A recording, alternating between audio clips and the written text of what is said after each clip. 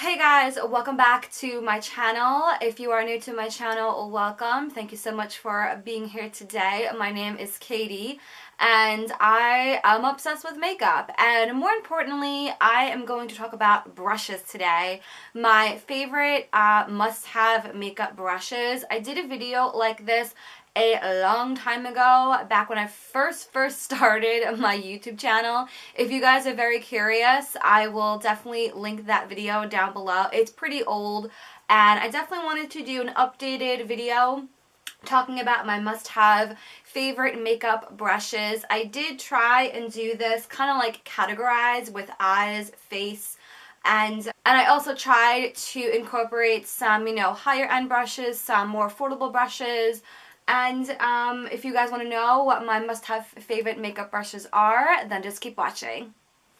So I first want to start off with eye brushes, and personally when I do my makeup and also when I do clients at work, I always like to start off with the eyes first. So let's start off with some blending brushes. I do have 4 here. I have so many more than this, but these guys are my top picks, and I love every single one of them. And the first one here that I want to mention is the MAC 217 brush, which looks like this. And this does have a pinched ferrule, so it does have a little bit of a almost like a curved oval shape to it, and it fits perfectly right in that crease area, and it is super soft. I know so many brands out on the market now have a brush similar to this, so I definitely feel this is 1000% necessary in any makeup lover's collection, and it's a really good quality brush. I've had this now for well over 4 or 5 years now, and it's still going strong. It's still pretty soft. I just washed it the other day, so MAC 217 is my top #1 pick for blending. Another one that I really enjoy is the Sephora Crease Brush number 10, which looks like this. It does have a little like skinniness to it. It's not as like fat as like the other brushes I'm going to show you, but this again fits perfectly right into that crease area. Very fluffy, not that many hairs, so it does disperse the color quite nicely.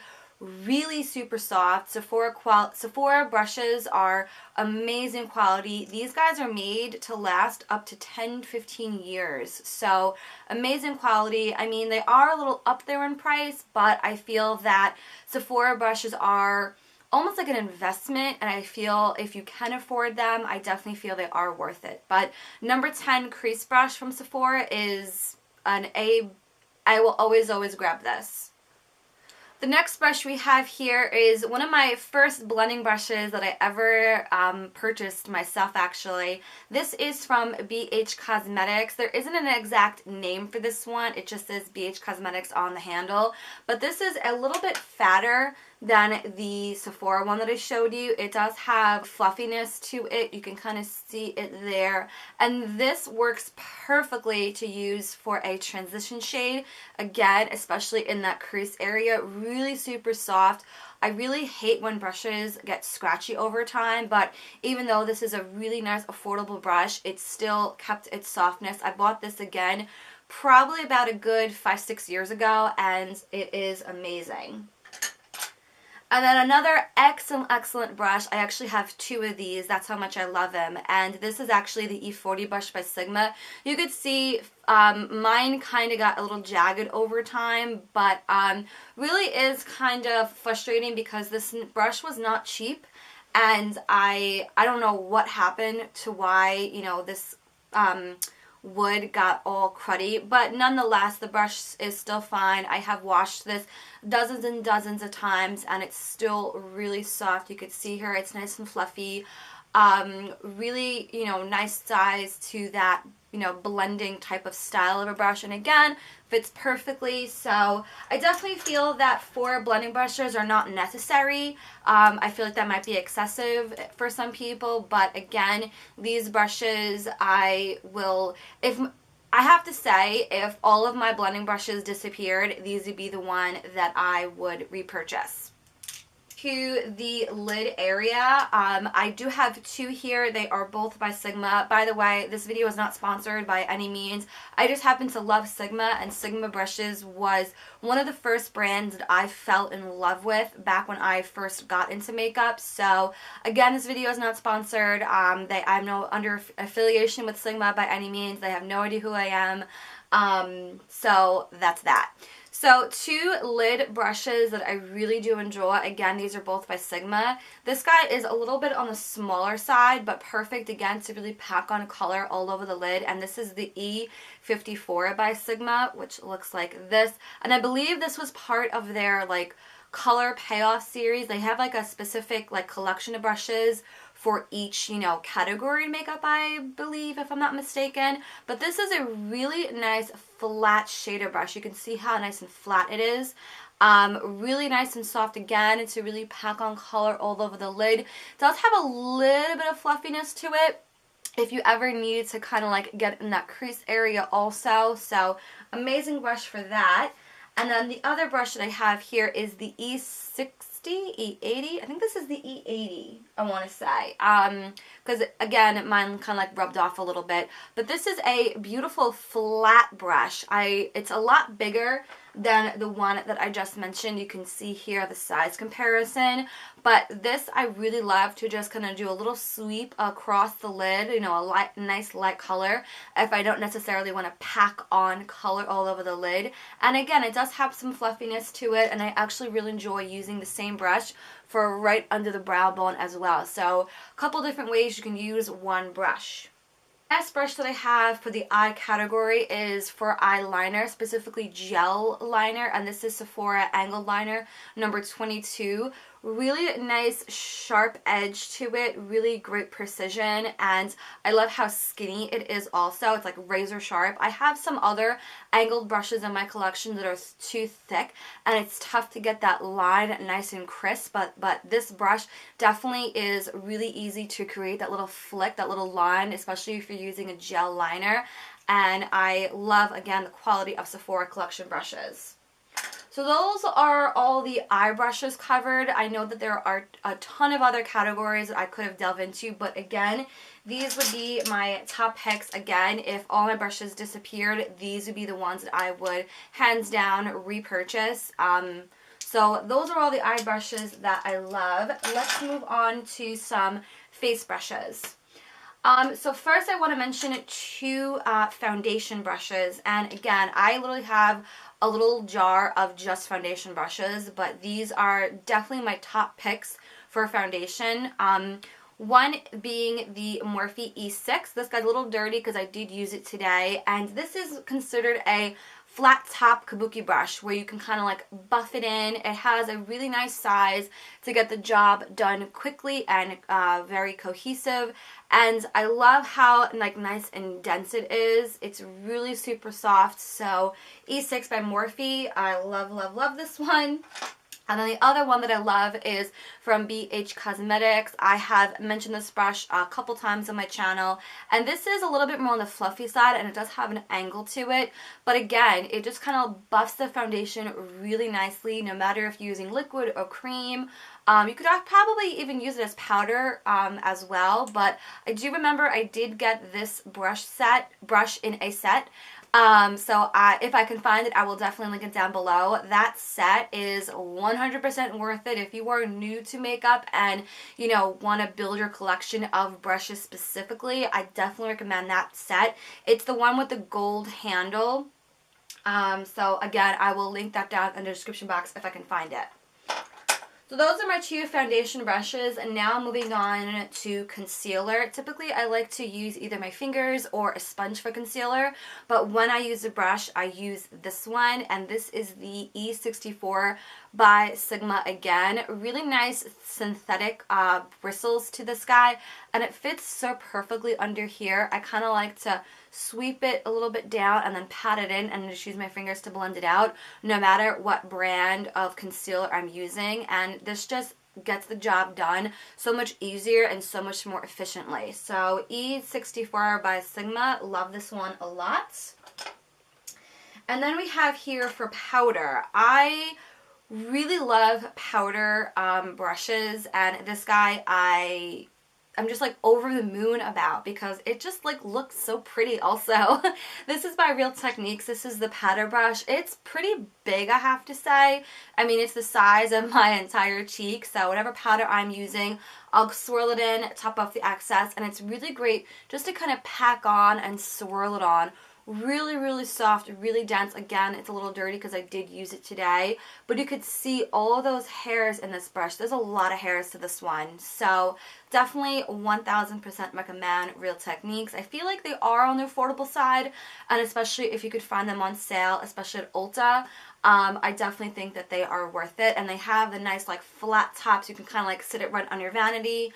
And they're good, really amazing, good quality brush. Next we have is bronzer, and this guy is definitely my tried and true favorite. I have a couple different styles of brushes for bronzer, but I really just enjoy this shape. This is the F25 tapered face brush, and the size of it is, I believe, called a tulip shaped brush, where it does have like a taperedness to it, where there's shorter bristles on the outside and then longer in the center. But the really awesome thing about this brush, when you swirl your bronzer in, just something about this brush makes any bronzer look beautiful. I love the way how it's shaped. I love how soft it is. I just actually washed this the other day, so this is nice and clean actually. And I love how, especially with this shape of a brush, being that I've had it for well over 5-6 years and it hasn't lost its shape, which is really nice because, again, Sigma is a rather pricey brand, you know, to some people, but it kept its shapes really well, and I love this brush for bronzer. So for blush brush, I personally do enjoy an angled type of brush for my blush because I feel like an angled brush fits like the cheekbone area really nicely, and my favorite is the F40 by Sigma. You could see how it's nice and angled. This is, I believe, a goat haired brush, which for some reason it picks up blush really nicely, and being that it's a goat hair, I'm like in still amazement of how soft this brush is. I just cleaned it and it just fits on my face really nicely in like that swirly motion, and amazing quality brush. I feel that the hairs are starting to come off a little bit. I don't know if you guys could see that, but again, I've had it for, you know, a long time now. But for blush, I definitely think this is a beautiful one to have in your collection. One brush that I actually want to talk about real quickly, I forgot to mention this when I was mentioning the concealer brush. This is the e.l.f. blush brush, which looks like this. It actually is flat, almost like the shape of a paddle. But I have to say, I love using this brush to set concealer under my eyes if I'm using powder. So I will go ahead and use the F64 to physically blend out concealer, and then when I set concealer with a powder, I'll use this brush, and it is just the perfect size for this area. Again, it is considered a blush brush, but just because whatever name the brush says of any brand, don't always think you have to use it for that purpose. So this says blush brush, and I personally use this again to set concealer right under the eyes. It just fits so perfectly. The shape of it I really enjoy. It's like fatter on the outer and then longer on the inner, and it almost has like an oval shape to it. And maybe you want to talk about Royal and Langnickel, and I actually found this brush at Walmart, and I definitely want to pick up more brushes from the line. And this is their contouring brush, and love the shape of this brush. It just fits so perfectly in that contour area, and again, it does have some longer bristles at the very tip with shorter bristles at the side, so when you go to blend it all in, it just makes for just easy blending of your contour no matter what brand of contour you're using. And what's really cool too about this brush, the quality is so good. You are getting a really nice like sturdy handle. You know, it's nice and light, but it's not, you know, it's a little heavy, but it's still light, if that makes sense. And it has like that rubberized handle to it, reminding me of the NARS packaging. And it's really cool how they have the colored tips to it with a, you know, like chrome type of ferrule. So quality of these brushes is superb. Definitely want to pick up more brushes from this line. And then the last brush that I want to mention, this is like my baby. I use it every day for highlighter. This is the Morphe 501 brush, which looks like this. This was a very interesting brush when I first got it because I thought to myself, I was like, oh, you know, for highlighter, I could probably just use a regular crease brush for that area. And you totally can. There's no, you know, wrong way in doing highlighter, to be honest with you, but because of the size comparison between a regular crease brush and the M501 by Morphe, it just fits that area so perfectly.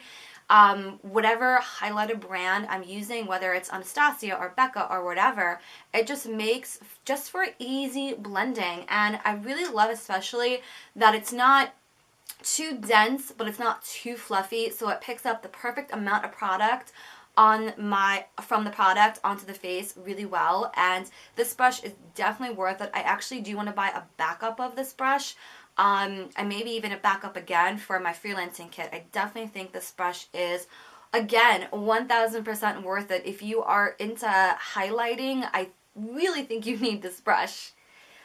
So those are all of my favorite must-have makeup brushes. Again, I did a video on this a long time ago. If you are curious about that video, I will link it down below. That was back when I didn't know what I was doing with my camera and my videos and like stuff like that. So the quality is not the best. And don't forget to come back next Monday for a brand new video. I do post a video every Monday on a schedule. Yay! I've been loving my schedule lately. Definitely let me know how you guys are liking seeing a video from me every Monday. And that is pretty much all I have for today. Be sure to subscribe so you don't miss out on any future videos. And of course, I will have everything listed down below along with all my social media. And that is all I have for today's video. I thank you so much for watching and have a great day. Bye, guys.